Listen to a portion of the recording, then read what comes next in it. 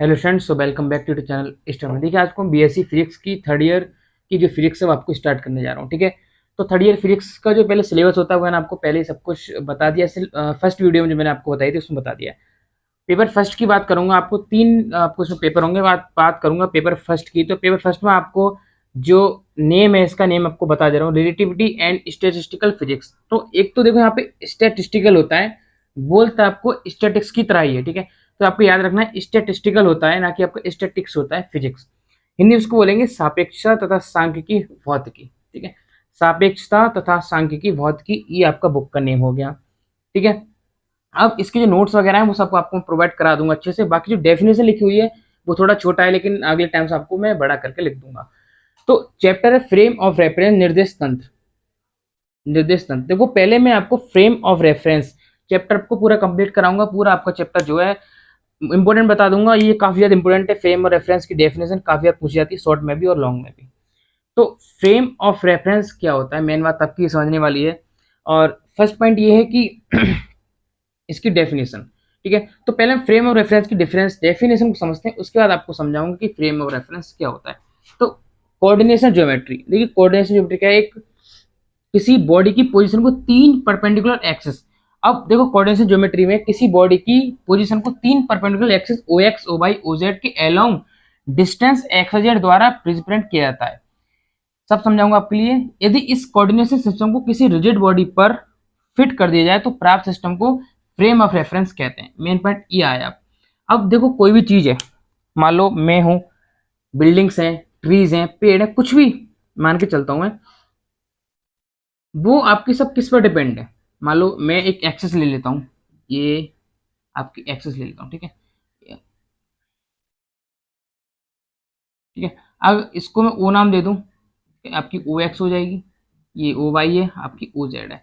अब आप किसी ज्यामिति को अगर आप समझेंगे, ठीक है, मान लो बस की बात करता हूँ मैं, आपको किसी भी चीज की बात करता हूँ, तो अभी तीन पॉइंट से समझ सकते हैं किसी भी चीज के लिए। अब मान लो मुझे कोई गाड़ी है, कार है, ठीक है, ये आपकी कोई कार है, और इसे इस पॉइंट से लेके इस पॉइंट पे जाना है। ठीक है, तो यहाँ तो हमें पता है कि इस बिंदु से इस बिंदु पे जाना है, इस कार की हमें डिस्टेंस पता है। अगर ये हमें पता कैसे चली, तो ये हमें किससे पता चली। अगर मैं इससे आपको एग्जाम्पल द्वारा समझाऊं कि मान लो इसको मैं ओ मान लूं, इसको एक्स मान लूं, इसको वाई मान लूं, इसको जेड मान लूं। ठीक है, तो इन्होंने, अगर मैं इसके अकॉर्डिंग चीज को समझूं, तो इसका मतलब कि कार हमारी ए पॉइंट से बी पॉइंट तक गई, तो किससे गई, ओ से एक्स पॉइंट तक गई।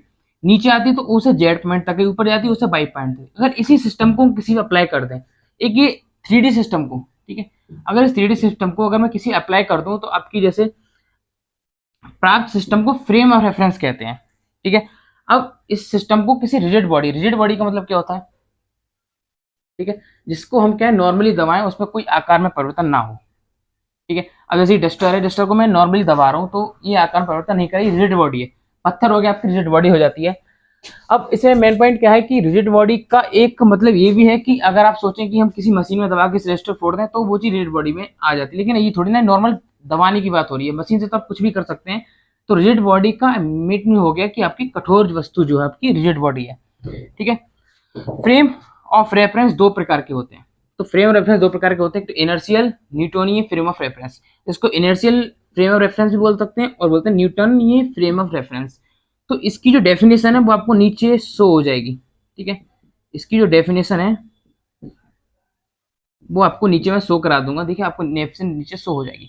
तो इसका मतलब ये है कि न्यूटनी फिजिक्स में इसका मतलब हो गया कि जहां फ्रेम ऑफ रेफरेंस में आपको न्यूटन का first and second law apply होता है। कौन सा, न्यूटन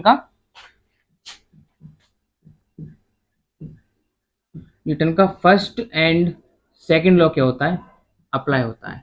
तो फर्स्ट लॉ में न्यूटन ने क्या कहा था, फर्स्ट लॉ में कहा था कि अगर कोई वस्तु भ्रामवस्था में तो भ्रामवस्था में रहेगी, अगर कोई गतिमान है तो गतिमान रहेगी, जब तक कि उसको कोई भाइबल ना लगाए, भाइबल क्या है, फोर्स एफ ना लगाए। ठीक है, तब तक वो भ्रामवस्था में रहेगी या गतिमान अवस्था में रहेगी। न्यूटन का फर्स्ट लॉ सबने पढ़ा है, अपने 9th में पढ़ा है, 12th में पढ़ा है। और सेकंड लॉ आपका क्या निकल कर आता है कि संवेग परिवर्तन की दर। ठीक है, संवेग परिवर्तन की दर किसकी होती है, बल के समानुपाती होती है। और संवेग क्या होता है, पी बराबर एम बी, पी बराबर एम बी। एम का मीन्स आप लिख सकते हैं बॉडी का मास हो गया, ठीक है, और बी आपकी क्या होती है, बॉडी की वेलोसिटी हो जाती है। तो यहाँ मास और वेलोसिटी में क्या है, आपको संवेग है, और न्यूटन के फर्स्ट एंड सेकंड उसमें आपके अप्लाई होते हैं, इनर्शियल न्यूटनी फ्रेम ऑफ रेफरेंस कहलाता है। और फ्रेम ऑफ रेफरेंस दो प्रकार के होते हैं। एग्जाम्पल आप ले सकते हैं, ट्रीज है, ठीक है, पेड़ हो गए, बिल्डिंग्स हो गई, ठीक है, बिल्डिंग्स हो गई, और आपकी कार्स हो गई, जो आपकी एक coordination perpendicular x distance x द्वारा रिप्रेजेंट किया जाता है। ठीक है, तो इनर्शियल न्यूटनी फ्रेम ऑफ रेफरेंस आप समझ गए, जिसमें न्यूटन का फर्स्ट एंड सेकंड लॉ को क्या अप्लाई किया जाता है, आपका न्यूटनीय फ्रेम रेफरेंस कहलाता है। इसकी डेफिनेशन आपको नीचे दे दूंगा, ये आप चाहे तो नोट कर सकते हैं। चैप्टर ये है, आपके सिर्फ स्टार्टिंग में आज कराइए, पूरा आपको क्लियर कराऊंगा। ठीक है, तो परपेंडिकुलर एक्सिस होती है, ये आपको बता दिया मैंने।